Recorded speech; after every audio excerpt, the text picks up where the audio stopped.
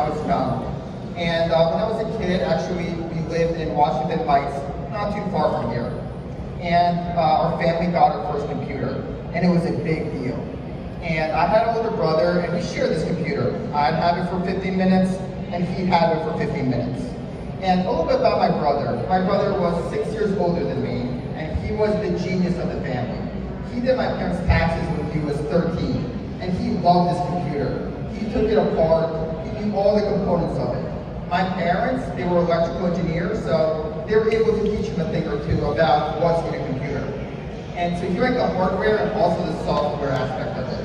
And this was the late 90s, the dot-com bubble already popped. So really, things were starting back up again. And I learned a lot from him, just taking that 15 minutes at a time. And I'd be clever. What I would do is I would give him 10 of my minutes if he taught me something for 5 minutes. And that's the way we would operate. And back then, there wasn't any Facebook, but there was something called IRC chat. So you go in these chat rooms, and that's where he met people and really started, interacting with people all over the world. And for us, again, we didn't have social media back then, and it wasn't too long ago, right? But it was such a big deal that Alex could, my brother, he was able to talk to people from around the world just from our small apartment, okay? And let me see if this cursor works, huh? Oh, it works. Okay, that's me. So we moved away from out of the apartment, and now I have my own group. And this was the perfect time because from Alex I learned so much already, and I was able to do some things with the computer. And what Alex did is in his chats, in his chat rooms, he realized that people are making websites. They're putting something out there on the web. And he said, you know what I'm going to do? I made a little community of these people, and I'm going to make a list of websites. I'm going to call it T35. It was T35.com. It was the top 35 websites from the people he interacted with. And to do that, he also put his website on the web. And it wasn't so prevalent as it is now to put something on the web. So what he did is, it was literally on our computer in our living room. And if you would unplug our computer or have to restart it, no one could access the website. And that's how it worked. In fact, when we were in school, sometimes my grandma who lived with us, she would clean around and she would accidentally unplug things. I remember he running back from school saying, Grandma, my website, he took all my websites down. And she'd say, oh yeah, clean everything. There's no spider webs here, what are you talking about? So, that's kind of what we had there. And then I started being able to make some websites by myself and all the things I worked. And because I had a few things. One, Alex already figured out how to put stuff on the web. And now we actually moved away from having it on our physical computer, and we actually rented a server that you share with a lot of people you met. So you didn't pay for it, other people paid for it, he configured it and set it up. So now, being his favorite brother and his only brother, I was able to now also create things and put it on the web for everyone to see. And that was really, really exciting. And also, he created a PayPal account, which is very important. Now, I could pay money, I could send money using my brother's PayPal account. And the third thing, which is really cool, is I didn't really have a deadline. My parents said, hey, listen, if you're in your room and you're quiet, you can stay up as long as you want. My parents didn't realize, they saw a computer. To me, this was like a magical portal. It's kind of Chronicles of Narnia. They go to the closet or the wardrobe, and they go into this magical world. And to me, that was the computer. I could go anything, I could go anywhere, I could learn anything. It was the coolest thing ever for me, right? So I started making websites. And first, I started consuming these same websites, right? I remember this one website, it was i-am-board.com. Being a teenager, I bought that website. And it's kind of like a Reddit, right? People would share things that they thought were funny, and other people would upload this, right? And the content that got the most uploads, was on top, and that was the best content. And I had seen that for a while.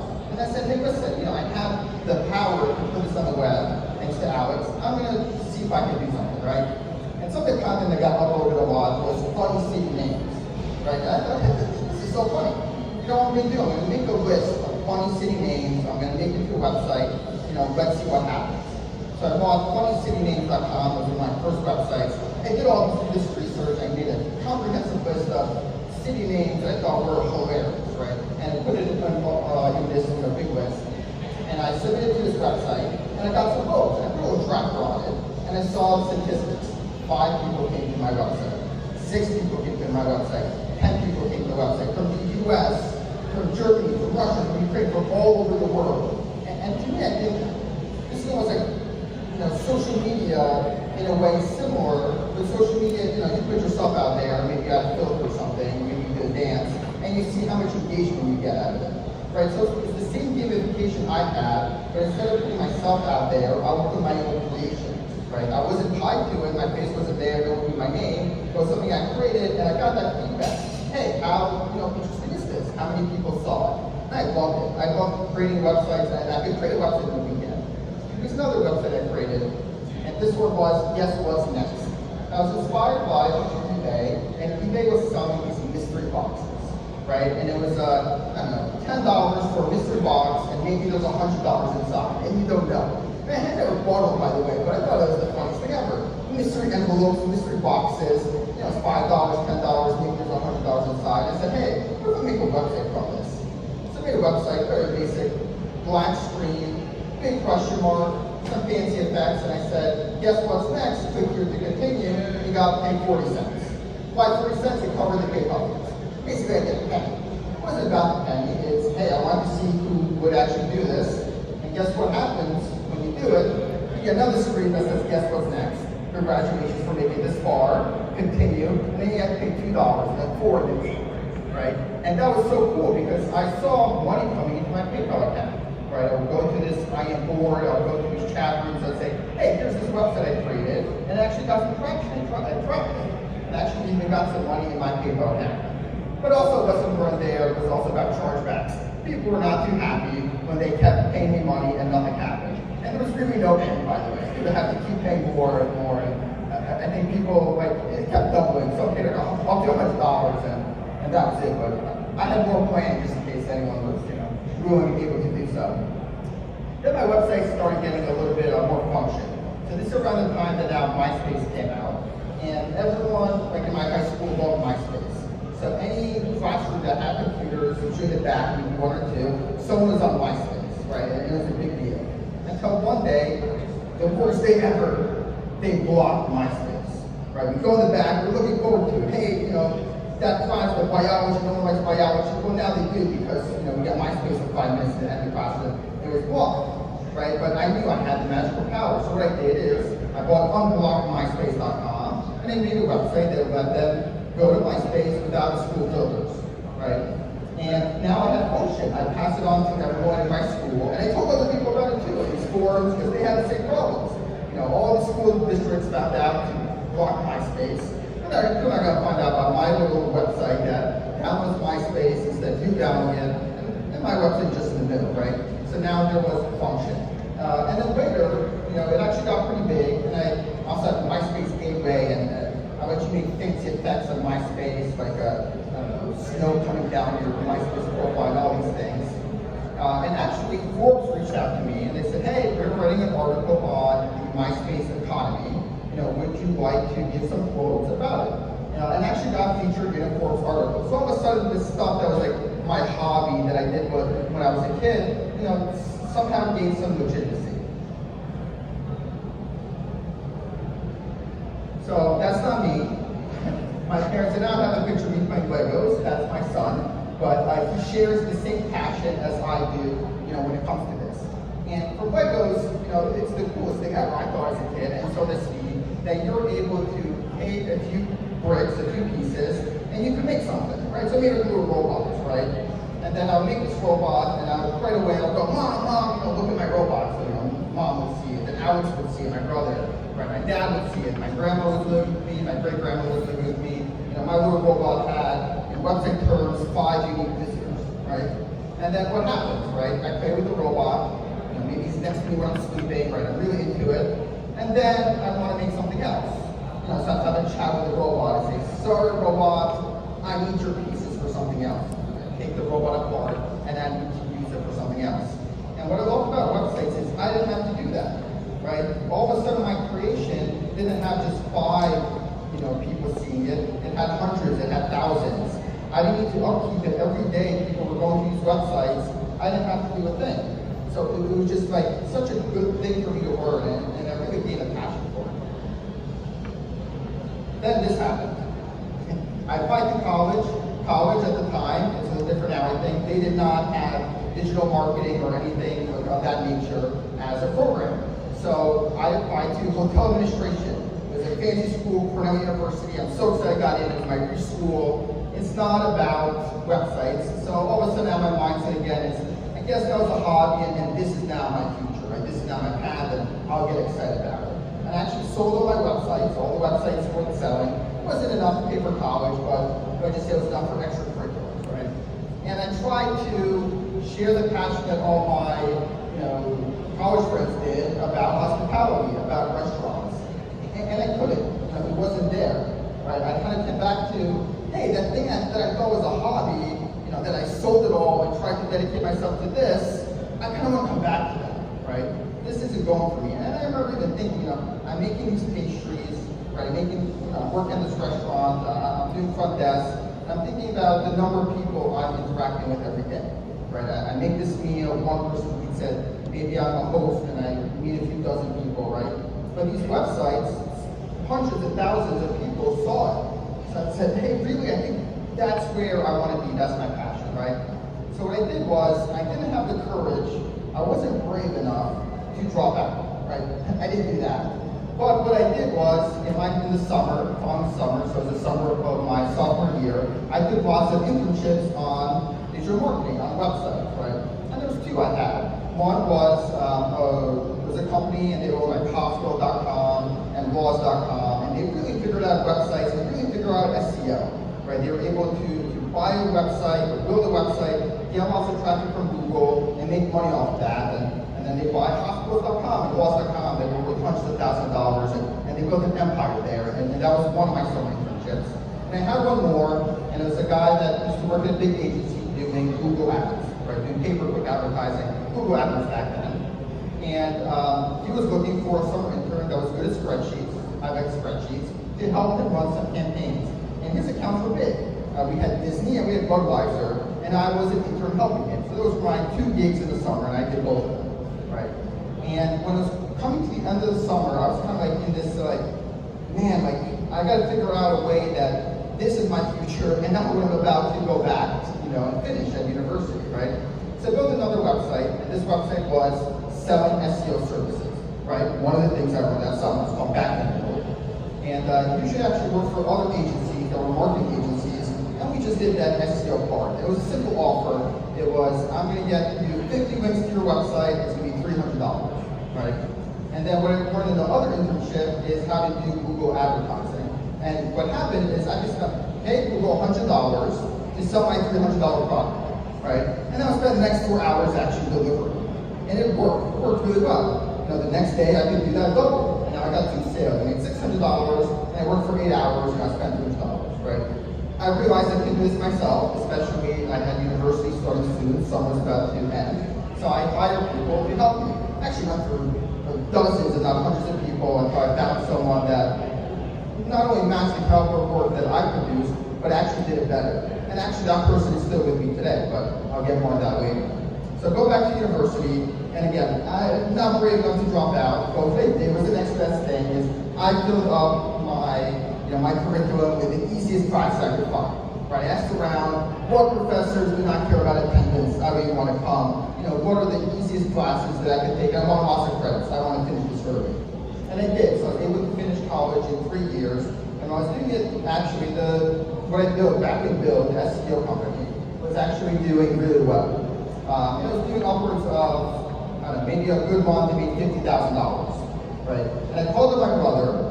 Again, he's 6 years older than me, so he's already graduated, and he's working at Publicis, one of the top marketing companies in the world. It's one of the big 4.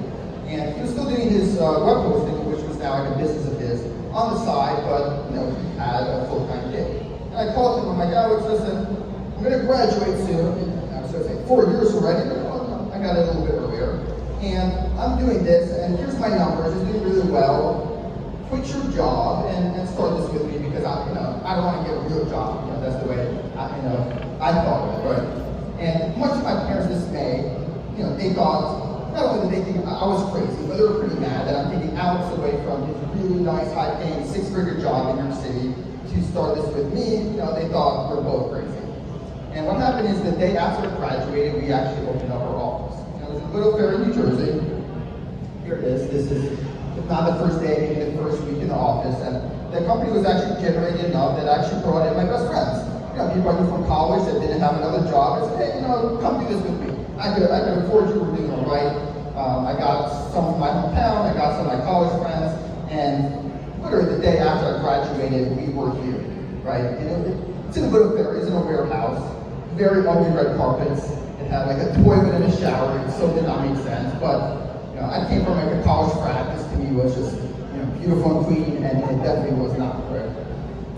So that was us, and that was us 10 years ago, okay? So fast forward 10 years to today. Right now we have over 200 employees, and we've built over 1,000 websites.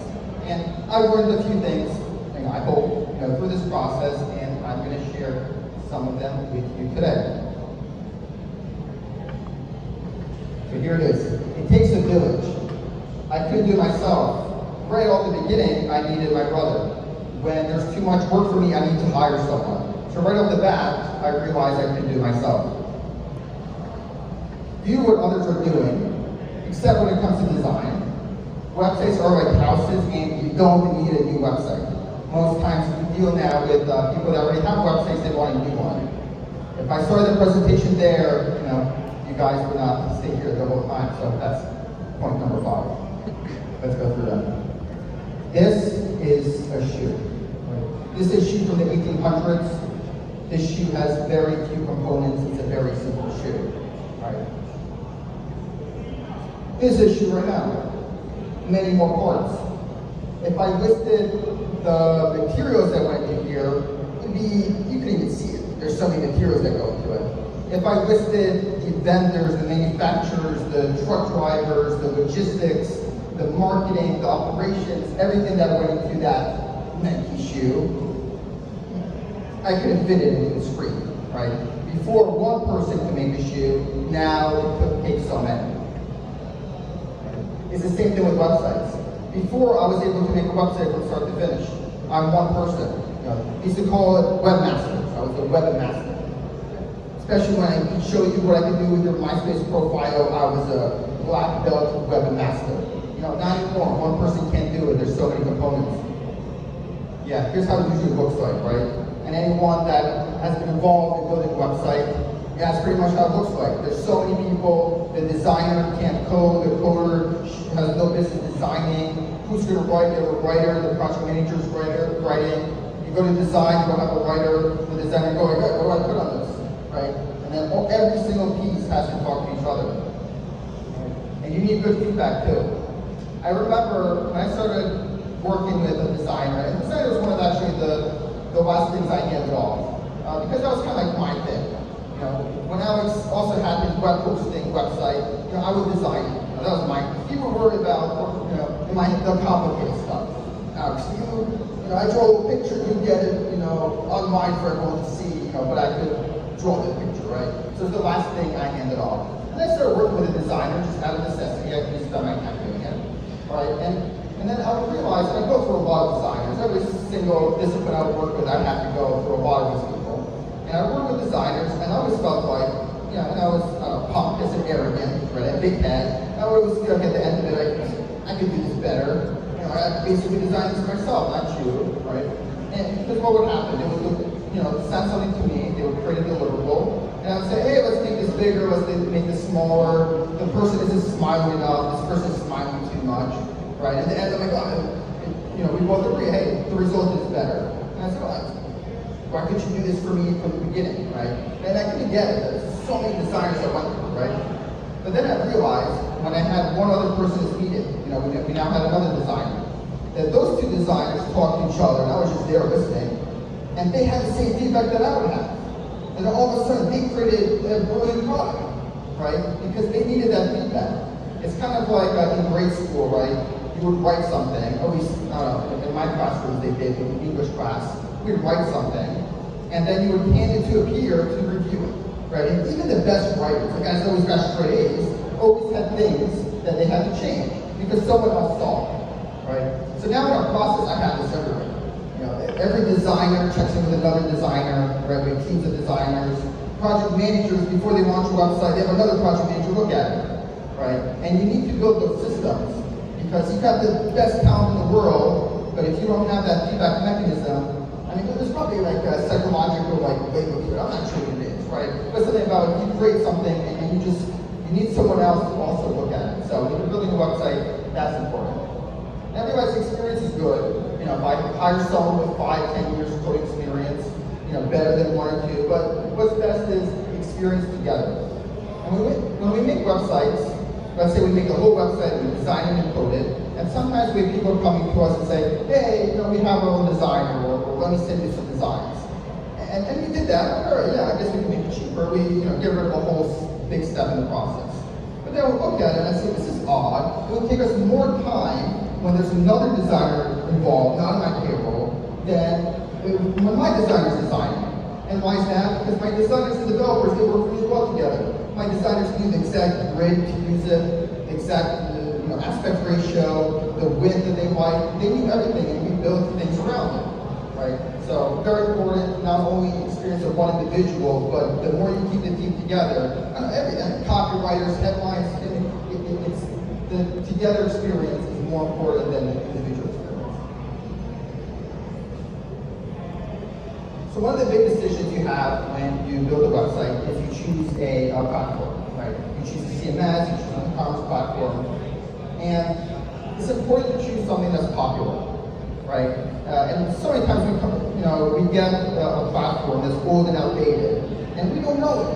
And I go, listen, it's gonna, every single task is gonna take us 3 times longer because this is not a known platform, it's not popular. When there's a bug in this platform, it'll take 2 weeks for the community to solve, versus if there's a bug in WordPress, someone has a fix for it, in the next hour.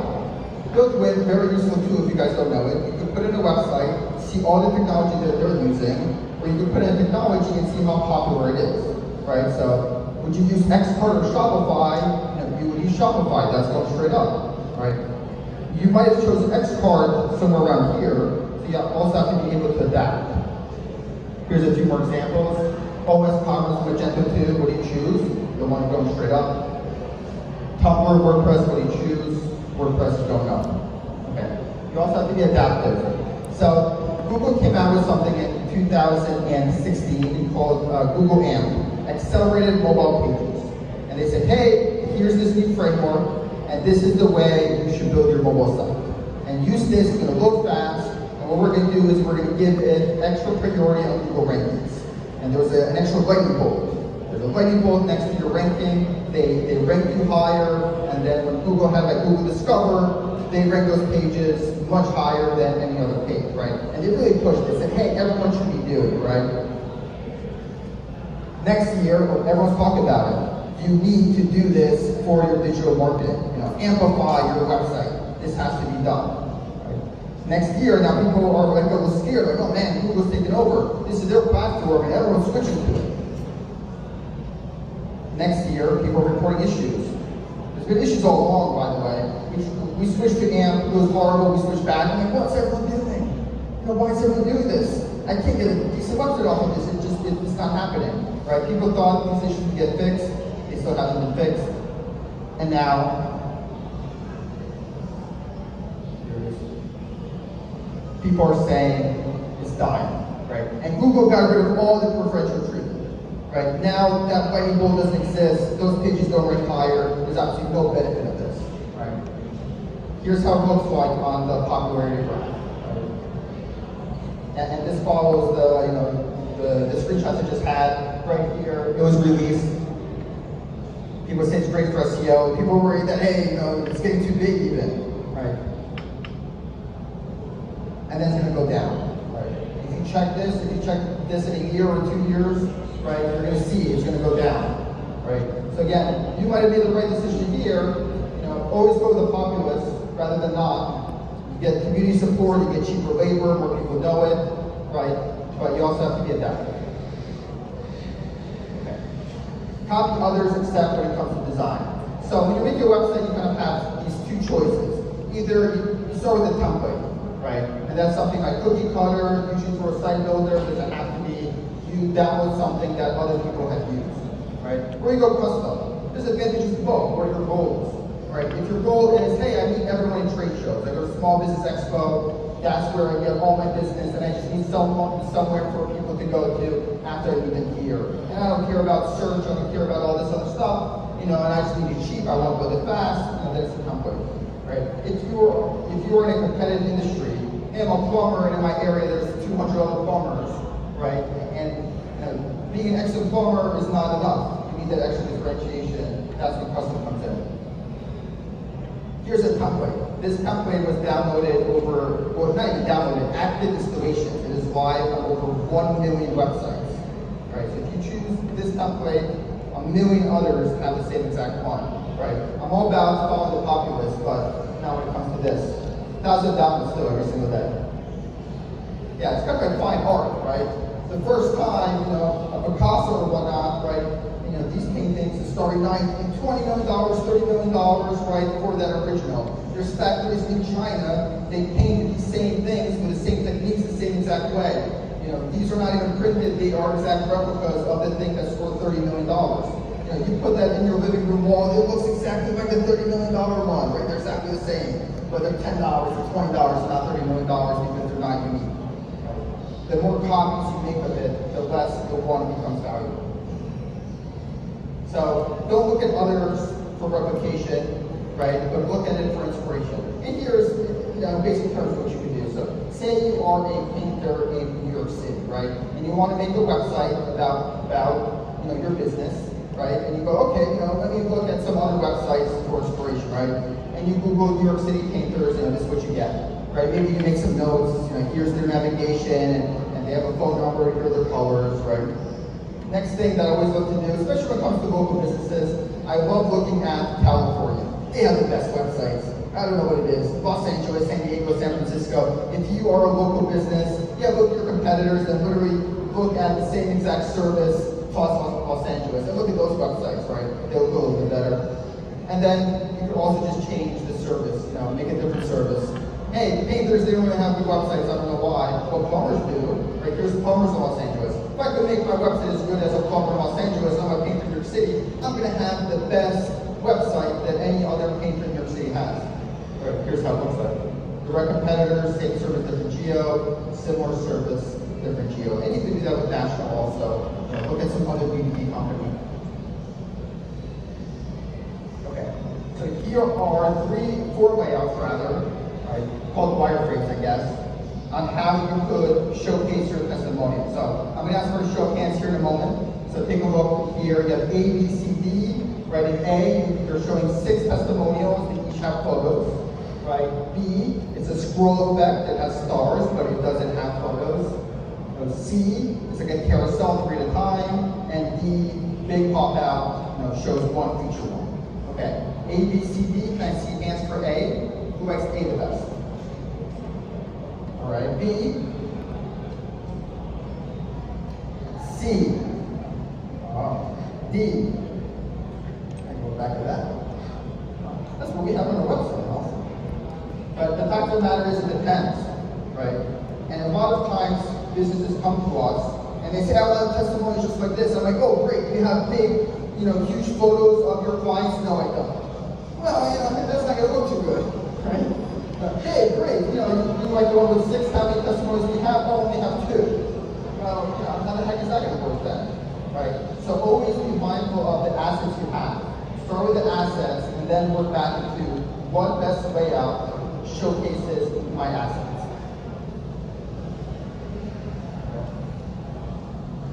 Websites are like houses. You want the kitchen, right? What kind of kitchen do you want? I want natural stone, I want plenty of shelves, I want a big sink, I want it rustic. I like whites, grays. I want space for 2 to work around the sink, right? And you give these instructions and what do you get? You get this. Hey, follow your instructions, right? To the T. Isn't this what you asked for? Right? Sometimes it happens. Hey, this is what you asked for. Design, hey, go over to the specs, right? What you need to do is use visuals. Don't just use words, right? Don't show your vision with text. show your vision with visuals, right? Look at competitors. Most of the time I spend, not most of the time, but so much time I spend finding the perfect example. Because otherwise I'm trying to like, oh, I saw this thing once, and here's what it looks like, yeah, you get it right, and then I look back and I'm like, this is not, this isn't what I meant, right? Take the time, find this version. A lot of times when you're building a website, you make a plan and you don't stick to it, right? Later on you say, oh, my friend Bob said that actually we should, do it this way, and actually add an extra contact page, You know what happens? Something like this, right? It's like you're building a house and later you're like, oh, well, actually, can I get an extra bathroom? And the contractor's like, I'm just going to put the toilets next to each other. And, you don't have space for a whole other bathroom, right? Make a plan and stick to it. Does your website have any dead ends? One of the first, not one of the first clients I worked with, but one I respect a lot, a very successful businessman. He came to me and goes, Mike, I created the software and I have all the rooms, but I don't have the hallways. And I love that metaphor, right? Make sure you have good hallways, right? Go through your website. You might have the best individual elements. Make sure you know dead ends. How the heck did I get to this page? How do I come back? Right? Quote edit your website. Who watched this on Netflix? Home edit? Can I get a show of hands who's watched this? Oh, you guys should watch it. I love it. It talks about home editing your house. Oh, that was more popular than this. And what do? The first thing they do is they take everything out. Right? Whether it's a kitchen, a bedroom, a bathroom, they want to see what's everything you have, what's important, what's not important. Not important goes in the garbage, right? What's important gets showcased. Do that with your business. Hey, I want to build a website. Okay, what do you have? Have this many testimonials, have this many videos, right? Have this many before and after photos. Go through absolutely everything. Figure out what you want to showcase, and start that way. Okay. When it comes to websites, there's two types of problems, generally speaking. You have painting problems and you have plumbing problems. Painting problem is, you need to paint the roof, right? So you get estimates, right? A guy says, okay, let's paint this for 2 hours, it'll cost $100. What ends up happening? It takes him 2.5 hours, so it's going to cost $100, right? The estimate, there's no surprises, right? You could pretty much ballpark, okay, I know how long it takes for me to paint this roof, right? But then there's a plumbing issue. This one's a real example. So I bought a house not too long ago, and the house had a septic issue. Everyone says, it's no big deal. You want to close soon, just close soon, it's like $1,000 fix, not even. There's a little crack with the septic, get a shovel and you dig it out yourself and then you fill in the crack and that's all it is, right? You gotta be weary of this. Whenever someone else says it's simple, there's no one to do it, right? You gotta think to yourself, like, I don't know, right? So what did I do, right? I got a shovel and I made some holes. I couldn't find anything.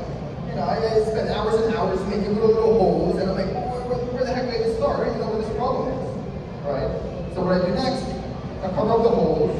I have a lawnmower, I go to my lawnmower, and I go, his name's Carlos, I go, Carlos, that's a little problem, it's no big deal. You have a shovel, great. You better than me, just like dig a hole and then find this crack, it's somewhere around here, just fill it up for me, it's not a big deal, right?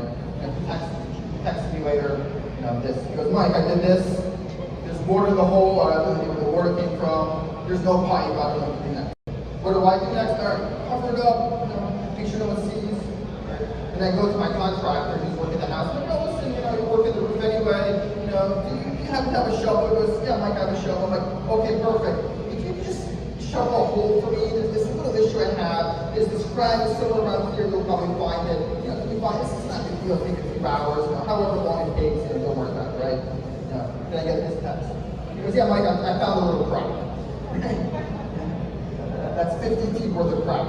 That's not a 1 hour do it myself problem. That's a $5,000, $10,000 problem, right? So sometimes with websites, and get all the time, your page speed is an issue. I want my page speed to be a little faster. Yeah, sometimes it's a picking problem. You put a plug in, magically it's quite faster. But sometimes things were done poorly, and you've got to rewrite the whole thing. Right? And very recently, I had a client, right? And again, he tried to get his website faster, and we do all the tricks that we know that usually work. But this time, he had this custom-made carousel that was just very, very inefficient. And every time this thing would spin around, every single image was loaded, right? And no quick solution, plug-in extension, fix the problem. And I told him, listen, This is what we have to do, and it's going to take like 8 hours, at least a day, to program to learn this other person's code, totally rewrite it, and get it to work. Right? Because you might try to rip me off. It is what it is, right? He gets an email, hey, download this extension, and it makes your website 10 times faster. He emails me back, he goes, Mike, it worked, look, all my speeds are so good, it's like 1.5 seconds, it goes so much faster, right? But can you just fix one thing for me? It broke that carousel. Yeah, you didn't do anyone a favor. That's like taking this problem and saying, I'm just gonna, put a bush over there, no one's gonna see that squeaking out, right? Yeah, you just made it work. So, if you think your website is secure, and your definition is, I have a really, really good password line, right? That's you. Yeah, you got a good log on that fence, the gate, but nothing else is really fenced in. You don't need a new website. A lot of people come to us, they say, hey, I'm not getting enough exposure on my website, I need a new website. Okay, do you need a new website, or do you need working to the website? Just making a new website is not going to increase the number of people that go to your website. I have a website people are going to and no one's buying. All right, look at conversion rate optimization. That's the problem, not new visuals. My product is bad, or the industry is failing. So we had so many people call in from limo companies after Uber came out and got big. They said, hey Mike, my website used to work, but this guy, I guess, just scammed me. He used to work for 6 months now. My website's not giving me any business. And they say, hey, I know my cousin had a website or has a website and he's getting so much business in his limo company. I said, well, yeah, that data, everyone's, Uber is the problem. A new website is not going to solve it.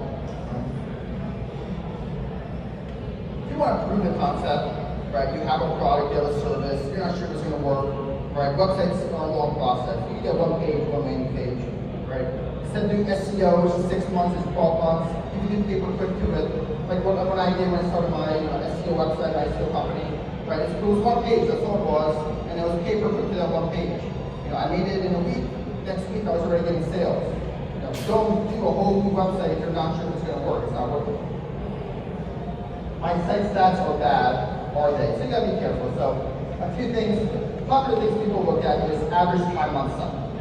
Mike, this is the industry average, this is our average time on site. A lot of times what happens, especially when you start with bad websites and really outdated websites, and you redesign it, the average time on site drops, right? Especially if people on your website are people you need to not necessarily be visitors. And sometimes the reason is, now they could actually find what's on your website much faster, right?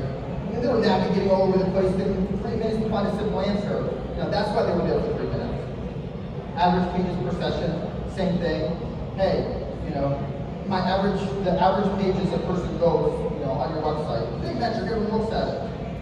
It's not always a bad thing. They're able to find information faster. They go to your website, and they're like, oh, I'm in. I love what you guys are doing. They press contact us, they contact you. Very bad average pages per session ratio, but that's exactly what you want. So look at the bottom line always. Sales, leads, that's what you want to look at. Don't get distracted by these other metrics, right? Whether you need a new website, when your website's like this, right? That's total, right? Otherwise, go for the incremental improvement. If you look at big websites, even like, say Amazon, they don't come out with a new website very often. They incrementally improve, right? You only get a new website when, it looks like that, total, and we go, listen, there's absolutely nothing to do for you. We should even make you a mobile page. It's not about rewriting your content, it's not about your homepage or the slider. You need to start fresh, right? You need something brand new. Alright, here's some honorable mentions of lessons learned that I don't have visuals for, but I'll go through really quickly. Check your site with free tools. They're good, they work. And you can Google them, there's so many of them, check them with many others. Google Page Insights is a good one. Google has a queue. Put your website there for usability and stuff. Test some real devices. There's so many of these testers that only use them all, iPhone 6, iPhone 7, iPhone 8, and then you actually use other devices and you're like, well, that's not really use Git, code versioning, I'm not going to get into it, but if you're using a staging environment, right, you're making your website one place, and then later you're going to push it to this other place, right, you don't want that first place to be indexed at Google. So many times, I Google a website and I see their demo site, right, that's embarrassing, right? So, and it hurts you, by the way. Duplicate content penalizes you, right? So make sure you block that properly, robust that PHP file. Search optimization is oftentimes user optimization. Things like titles and meta descriptions and headings. Even if you're not doing SEO, you need those. You still do those, right? We call them on-page SEO. You say, hey, but I don't want SEO. No, it's good business practice anyway. Good website practice.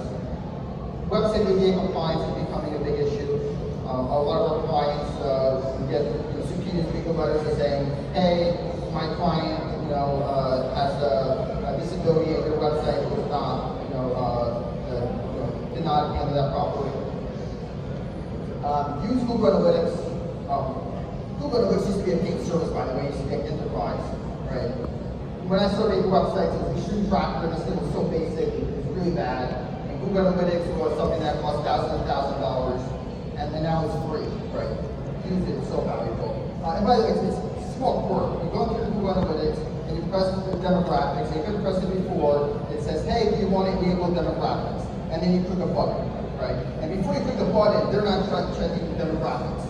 Genders, ages, socioeconomic status. Google Analytics tells you all of that after you click that button.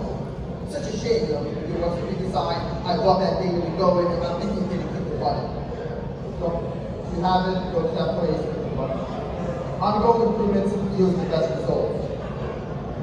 If I were to put a picture up there, it'd be like landscaping around the pool, right? You have the initial structure, that's your initial website, right? But the best websites are, hey, I have another idea, or this competitor just wants this, that works really well, or how about live chat, right? Incremental, you're not going to get the best product just on the first launch, right? You've got to keep that up. That's the end of my presentation. There's 3 ways that you could continue this. Find us at a small business expo. If you haven't seen us, we're right there, in the front. We are also in New York City and Manhattan, if you are coming to that one. And we're also a Keynote there, but you'll hear my brother this time.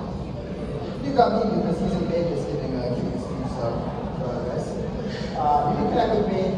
I don't do much social, to be honest, but if I do, I'll probably be on LinkedIn, so you can connect with me there.